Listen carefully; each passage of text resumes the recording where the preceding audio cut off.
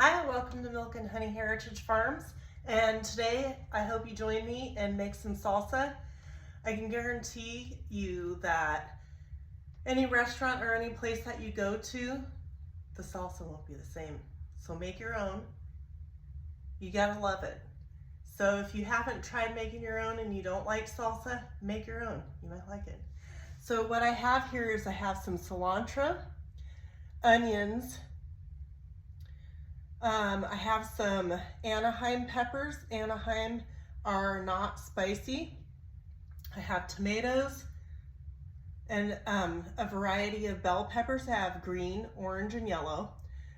When you make the salsa, you don't have to have all the varieties of bell peppers. You can just do green bell peppers, tomatoes, cilantro, onion, garlic. So I've got my tomatoes and some extra ones. So what I did is I diced up really small some ingredients to go into my salsa bowl. And what I like to do is I like to not have it too thin or too thick. I like to have a happy medium.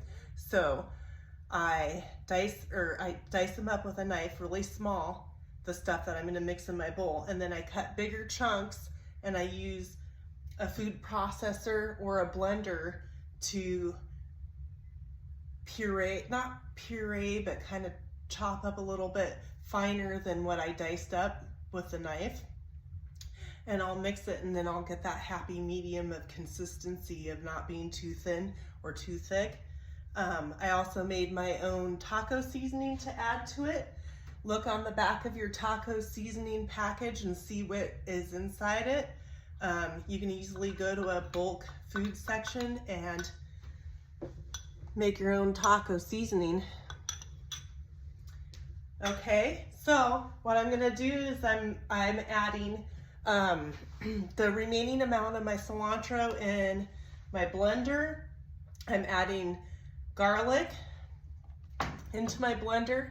This is gonna be my start of my salsa, and I'm just adding the spicy stuff in there to get the pieces blended up really, really small so you don't get that one big bite of something way too spicy, or at least reduce that chance of a big glob of spice, even though, you know, spicy can be good. I've got some jalapenos that I quartered. I just put 2 of them in there. The jalapenos I have happen to be very hot, and I don't need any more than this. You don't have to add jalapenos. I've got some small onion bulbs that I picked early out of my onion bed, and then I'm just gonna pulse it. Listen, just like that. Okay, and so this first run of the spicy stuff with the cilantro, I put a tad bit of water and some of my taco seasoning in here, and it doesn't look pleasant, right? But it's the base of the spicy, right? So you're gonna pour almost all of it. You're gonna wanna leave a little bit of the runny stuff in there, so that way it'll help blend up your chunkier stuff that you put inside your cup. So let's start adding this. Bigger chunked pieces. Like I said, you don't have to add all the colors of bell peppers if you don't want to or you can't find them. But a variety of colors in your salsa makes a more delicious salsa. So let me do this, and I'll bring you back in a little bit and I'll show you what the salsa will look like when it gets more near being finished. See you soon. All right, now I have you back. So every time I add a little bit of the diced up bell peppers and tomatoes into my blender. You can do a food processor. You don't have to use either of those. You can actually just dice them up yourself by hand. There's a lot of different tools you can have or use. Anyway, so I use this because it's the fastest. I make a lot of salsa.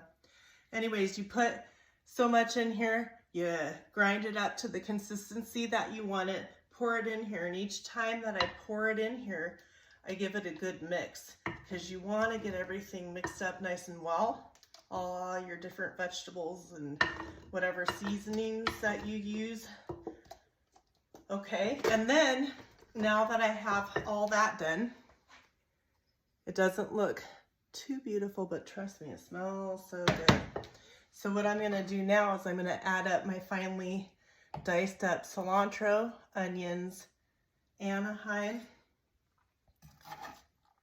And I'm gonna give that a mix real quick before I add more. And that just gives you a little bit more consistency so that every bite that you take, you get a little bit of everything. And what I use my salsa for, other than just eating chips and salsa, is sometimes I use it to add to my Spanish rice with some bacon. So cook some rice up and some bacon. It's pretty good. You can use the salsa for omelets. What else can we use salsa for? All kinds of stuff. You can use it to stuff your chicken, or you can make shredded meats like shredded taco meat or beef or shredded pork roast, and mix a little bit of your salsa into the meat, and then you can have like a nice little soft taco. Like, there's so many things you can do. Top your eggs off with it. Yeah.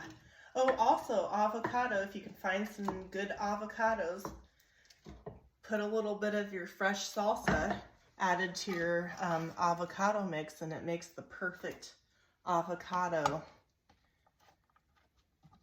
dip. Trust me. Anyway, so if you have not made your own salsa and you're not a salsa type person, I recommend you trying to make your own salsa because it's good. So now, when you get everything into the bowl and you get it nice and mixed up really well, you want all the vegetables to be coated equally, or as equal as you can get it. If it's too chunky for you, you can just put a little bit in the blender to thin it out a little, which I'm gonna do. And I'm also looking for, when I mix it and stir it, for any pieces that didn't blend too well, that might be a little bit more chunky. So this is a little bit chunky on the chunky side, but that's what I like at the end, is to have a little more chunky rather than too thin, right? Because you can always thin it down. If it's too thin, it's a little bit harder if you don't have all the vegetables to add to make some more thickness. So you just pulse it, just like that. You don't want to go too long because you're not making baby food. Or, well, I mean, I don't think your babies will appreciate salsa. A little too spicy.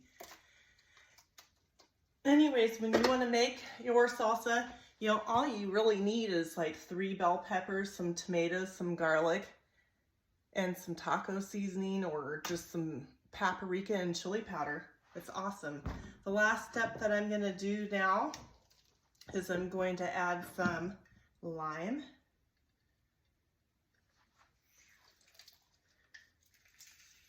I'm telling you, it smells amazing.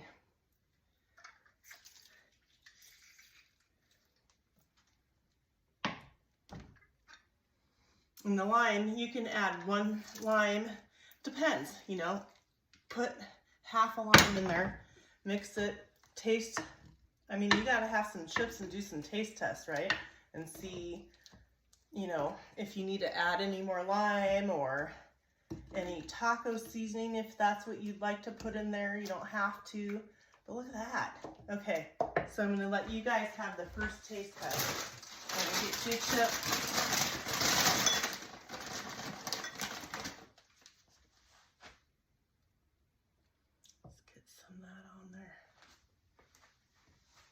Go ahead. Take a bite. Enjoy. Don't forget to hit that thumbs up, subscribe, and share with your friends. Please give the salsa recipe a try. It's pretty good. Have a great day and a safe weekend.